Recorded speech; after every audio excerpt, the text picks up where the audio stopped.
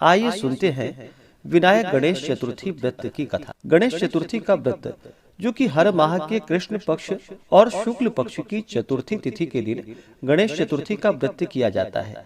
कृष्ण पक्ष में पड़ने वाली चतुर्थी को संकष्टी गणेश चतुर्थी के नाम से जाना जाता है और शुक्ल पक्ष में पड़ने वाली चतुर्थी को विनायक गणेश चतुर्थी के नाम से जाना जाता है। इस दिन भगवान गणेश का पूजन किया जाता है और भगवान गणेश जो कि प्रथम पूजनीय माने जाते हैं। किसी भी प्रकार के शुभ कार्यों में या मांगलिक कार्यों में सबसे पहले भगवान गणेश जी का पूजन किया जाता है। जो भी भक्त सच्ची श्रद्धा के साथ, नियम और निष्ठा के साथ विनायक गणेश चतुर्थी का व्रत करते हैं, इस दिन भगवान गणेश साथ में माता दुर्गा यानी कि चौथ माता का पूजन करते हैं। उनके सभी प्रकार के विघ्न और बाधाएं दूर हो जाती है तथा भगवान गणेश जी की कृपा से सभी प्रकार के सुख और समृद्धि की प्राप्ति होती है। विनायक गणेश चतुर्थी व्रत जो भी करते हैं उन्हें चाहिए कि इस दिन जो कि सुबह ब्रह्म मुहूर्त में उठ करके नित्य क्रियाओं से निवृत्त हो करके गंगा नदी में या घर के नहाने के पानी में ही थोड़ा सा गंगा जल मिला करके स्नान करना चाहिए। शुद्ध वस्त्र धारण करके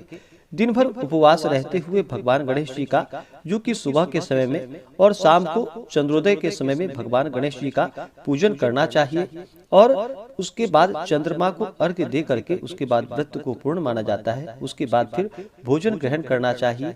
विशेषकर भगवान गणेश जी को जो कि तिल से बने हुए वस्तु का भोग लगाना चाहिए या मोदक आदि का भोग लगाना चाहिए। इससे भगवान गणेश जी अति प्रसन्न होते हैं और अपना कृपा प्रदान करते हैं। तो आइए सुनते हैं विनायक गणेश चतुर्थी व्रत की कथा।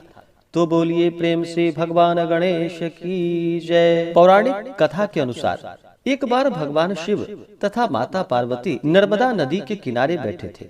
वहां पर माता पार्वती ने भगवान शिव से समय व्यतीत करने के लिए चौपड़ खेल खेलने को कहा। भगवान शिव चौपड़ खेलने के लिए तैयार हो गए, परंतु इस खेल में हार जीत का फैसला कौन करेगा, यह प्रश्न उनके समक्ष उठा।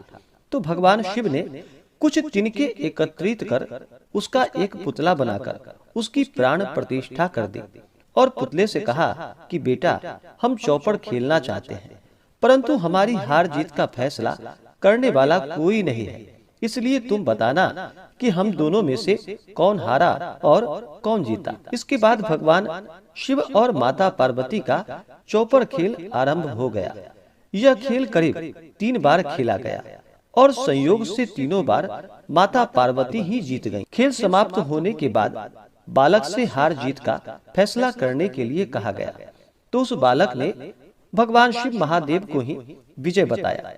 यह सुनकर माता पार्वती अत्यंत क्रोधित हो गई और क्रोध में उन्होंने बालक को लंगड़ा होने का और कीचड़ में पड़े रहने का श्राप दे डाला। बालक ने माता पार्वती से माफी मांगी और कहा कि हे माता, यह मुझसे अज्ञानता बस ऐसा हो गया है, मैंने किसी द्वेष भाव में ऐसा नहीं किया। बालक द्वारा क्षमा याचना मांगने पर माता ने कहा कि यहाँ गणेश पूजन के लिए नाग कन्याएं आएंगी, उनके कहे अनुसार तुम गणेश जी का व्रत करो, ऐसा करने से तुम मुझे प्राप्त कर पाओगे। यह कहकर माता पार्वती शिव के साथ कैलाश पर्वत पर चली गईं। 1 वर्ष के बाद उस स्थान पर जो कि नाग कन्याएं आई, तब नाग कन्याओं से श्री गणेश जी के व्रत की विधि मालूम करके उस बालक ने 21 दिनों तक लगातार गणेश जी का व्रत किया।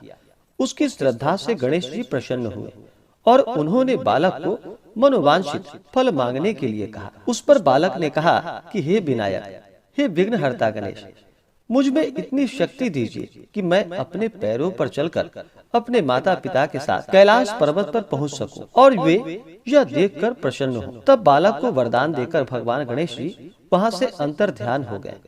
इसके बाद वह बालक कैलाश पर्वत पर पहुंच गया और कैलाश पर्वत पर पहुंचने की कथा उसने भगवान शिव जी को सुनाई। चौपड़ खेल वाले दिन से ही माता पार्वती जी भगवान शिव जी से विमुख हो गई थी। अतः देवी के रुष्ट होने पर भगवान शिव ने भी बालक के बताए अनुसार 21 दिनों तक श्री गणेश जी का व्रत किया और इस व्रत के प्रभाव से माता पार्वती के मन से भगवान शिव के लिए जो नाराजगी थी वह समाप्त हो गई। तब यह व्रत विधि भगवान शंकर ने माता पार्वती को बतलाई। यह सुनकर माता पार्वती के मन में भी अपने पुत्र कार्तिकेय से मिलने की इच्छा जागृत हुई। तब माता पार्वती ने भी 21 दिनों तक श्री गणेश जी का व्रत किया तथा दुर्वा, पुष्प और लड्डुओं से गणेश जी की पूजा और अर्चना की। व्रत के 21वें दिन स्वयं कार्तिकेय माता पार्वती से मिलने आ पहुँचे। उस दिन से श्री गणेश चतुर्थी का यह व्रत समस्त मनोकामनाओं की पूर्ति करने वाला व्रत माना जाने लगा। इस व्रत को करने से मनुष्य के सारे कष्ट दुख दूर हो जाते हैं, मनुष्य को समस्त सुख सुविधाएं की प्राप्ति होती है। तो बोलिए प्रेम से भगवान गणेश की जय। इसी प्रकार से जो भी भक्त सच्ची श्रद्धा के साथ, नियम और निष्ठा के साथ विनायक गणेश चतुर्थी का व्रत करते हैं, इस दिन भगवान गणेश जी माता दुर्गा का पूजन करते हैं और फिर चंद्र देवता को अर्घ्य प्रदान करते हैं। इससे व्यक्ति के सभी प्रकार के दुख और कष्ट दूर होते हैं तथा सुख समृद्धि की प्राप्ति होती है। जब भी व्रत को धारण करते हैं तो व्रत को धारण करते समय जो कि शुद्ध और सात्विकता का पालन करना चाहिए, ब्रह्मचर्य का पालन करना चाहिए।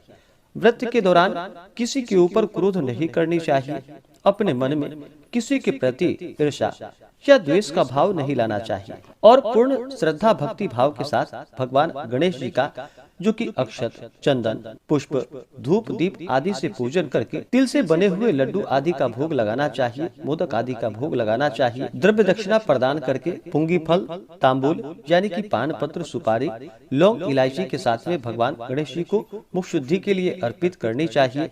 इसी प्रकार से माता पार्वती का जो कि जल, पुष्प, अक्षत, धूप, दीप आदि से पूजन करके नैवेद्य का भोग लगाएं और फिर विनायक गणेश चतुर्थी व्रत का कथा श्रवण करना चाहिए और चंद्रोदय होने पर जो कि चंद्र देवता को अर्घ्य प्रदान करके कच्चे दूध का या जल का चंद्र देवता को अर्घ्य प्रदान करे। फिर अक्षत, चंदन, पुष्प, धूप, दीप आदि से पूजन करके उसके बाद ही यह व्रत पूर्ण माना जाता है। उसके बाद ही भोजन ग्रहण किया जाता है। तो आशा करता हूँ कि यह जानकारी आपको अच्छा लगा हो। ऐसे ही ज्ञानवर्धक जानकारियाँ प्राप्त करने के लिए हमारे इस चैनल पे अगर आप नए हैं तो चैनल को लाल बटन दबा करके सब्सक्राइब करें, साथ में बेल आइकन घंटी को दबाएं ताकि मेरे वीडियो का नोटिफिकेशन आपको समय से मिलता रहे।